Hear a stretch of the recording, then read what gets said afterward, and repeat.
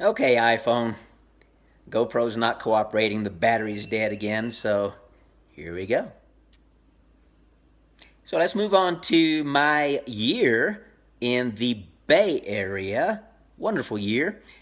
How did I end up in the Bay Area? Well, as I mentioned before, my job or my promotion at Nike to assistant manager at the Nike Berkeley store took me to Berkeley, California in August of 1984. I was the assistant manager at the Nike Berkeley store under Chris Walsh. Worked with some incredible employees, Fasia Fasaha and Jeff Porto, and God, I can't remember the other guy's name. I want to say Eric, but I'm not for sure about that. Anyway, when I first moved to Berkeley, I was still recovering from a stress fracture of the femur. So my initial training upon arriving in Berkeley was an incredibly high amount of walking. I was doing as much, folks, as 20 miles a day of walking. That typically was 2 or 3 workouts, 10 miles in the morning and maybe 5 miles at lunch and another 5 miles in the evening, or 10 in the morning, 10 in the afternoon. Yeah, I was pretty driven and determined to keep that fitness that I had earned through all the running miles, and the stress fracture wasn't going to hold me back any more than possible. When I recovered from the stress fracture, amazingly, after only 4, maybe 5 weeks of running, I ran a 10K at the Mercury News 10K and ran under 33 minutes. That was actually pretty phenomenal given I had missed 6 to 7 weeks of running, and then the first 2 weeks or so were basically a combination of run walk. Eventually worked up to a substantial amount of mileage and a little bit of speed work, and was able to run a pretty good 10K. So the Berkeley store, Nike Berkeley store, was one of the first to be part of Nike's cutbacks in 1984, and they intended to close the store in early 1985. So even though I was just promoted to assistant manager, I knew that soon I would either have to find another job in the Bay Area or move back to Eugene, not as an assistant manager, but just as an employee again. Wouldn't have been a bad option because I love Eugene, as you can tell from the earlier videos. I chose to stay and to help with the closing of the Nike Berkeley store. So, with these incredible employees, I learned a lot about retail. I also learned a lot about race directing because Chris Walsh, who had been the race director of the Nike Berkeley 5 miler, I can't remember the actual name of it, handed down that particular job to me since I was now the assistant manager. He was the assistant manager when he was the race director, and he handed over the reins to me. Talk about a quick learning curve. I was thrown into the lion's den. Chris did help me as much as possible, but I had to order t-shirts, I had to contact sponsors, I had to go remeasure the course. I had to take care of registration. I had a lot of help, obviously, with my fellow employees at the Nike Berkeley store and some other volunteers. The race almost went off without a hitch. The 5 mile course circled the Berkeley Marina and a few of the streets in the Albany area near Solano Avenue where I lived.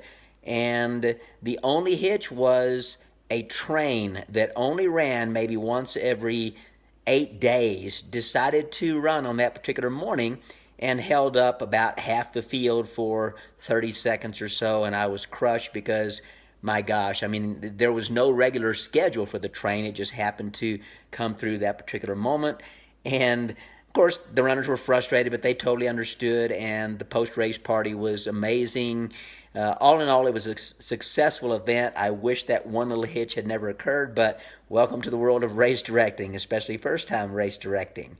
So my 6 months in Berkeley were, there again, productive. I learned a lot.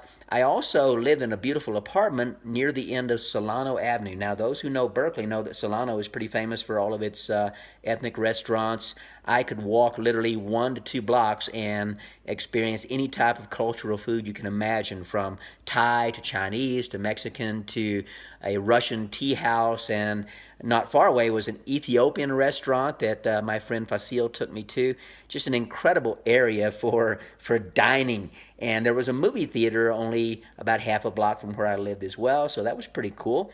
And I had a pretty large apartment. I had a balcony overlooking you could actually see down toward the Berkeley Marina and across to the Bay Bridge. So it was a pretty nice location in Albany. Solano and Albany ran into Berkeley. It was a pretty long street. I would often walk or run the 2 miles to Nike Berkeley, and often walk or run the 2 miles home, getting extra mileage.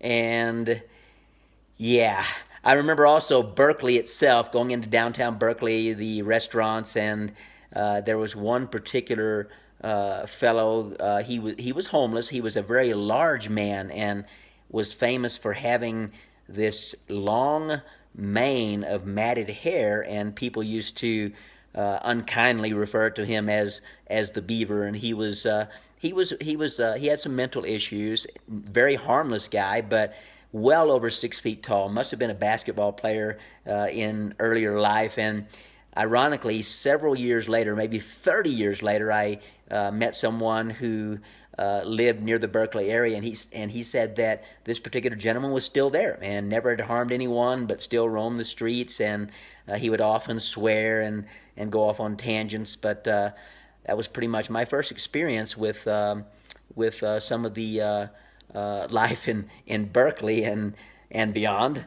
And I used to also go to Oakland and run in, my gosh, what was the name of the park in Oakland? It was a beautiful wooded area where I would do some training as well. And yeah, numerous trails. The fire trails above Cal Berkeley were a great place to train.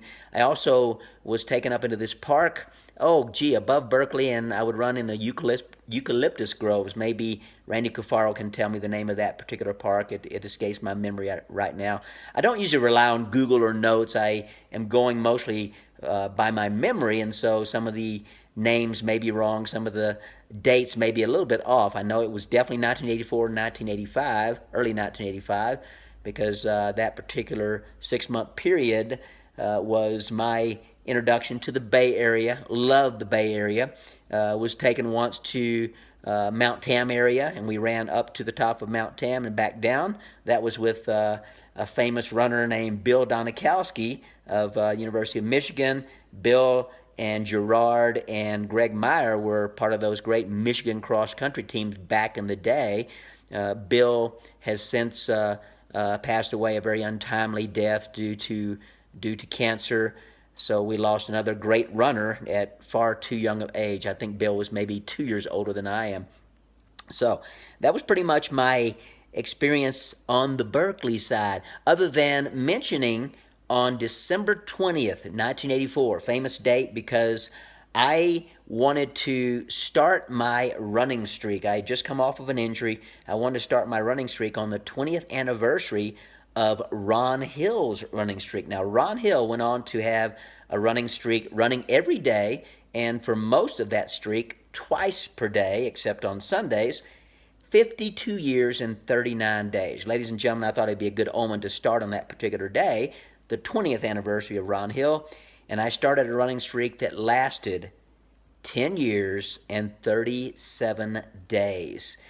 Phenomenal when I think about it, and not missing a single day. I know Brian Powell's on a current running streak, and many people have been on running streaks, and we get a little bit obsessive compulsive about those running streaks. But man, oh man, 10 years, 37 days, and mine was a minimum of 2 miles. I had to run a minimum of 2 miles. For much of that time, I actually was running 2 times a day, every day, and that went on for almost 2.5 years, and then I reverted back to at least once per day, and there again, the minimum of 2 miles.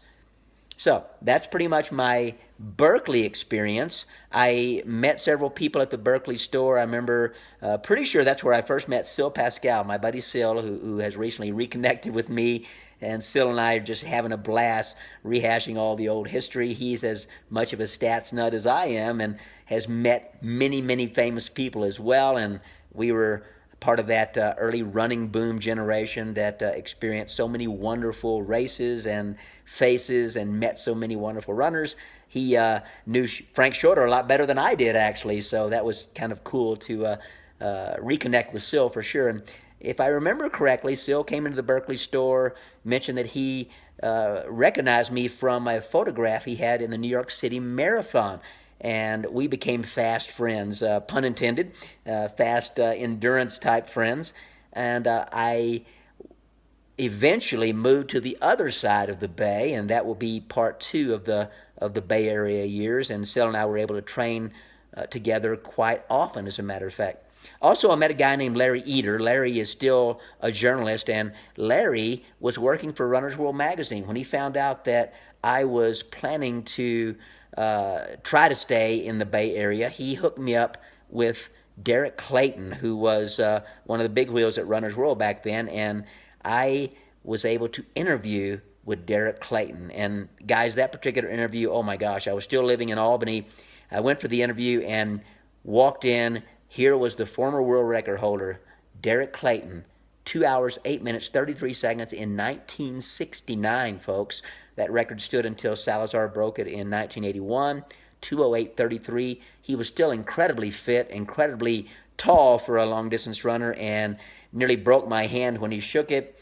Once the interview started, typical Aussie humor, good-natured guy, and he hired me on the spot. I was thrilled.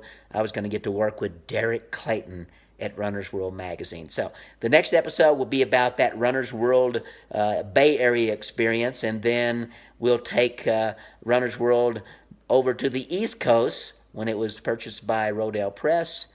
More on that later. I hope you enjoyed this walk down memory lane, the Bay Area, part one.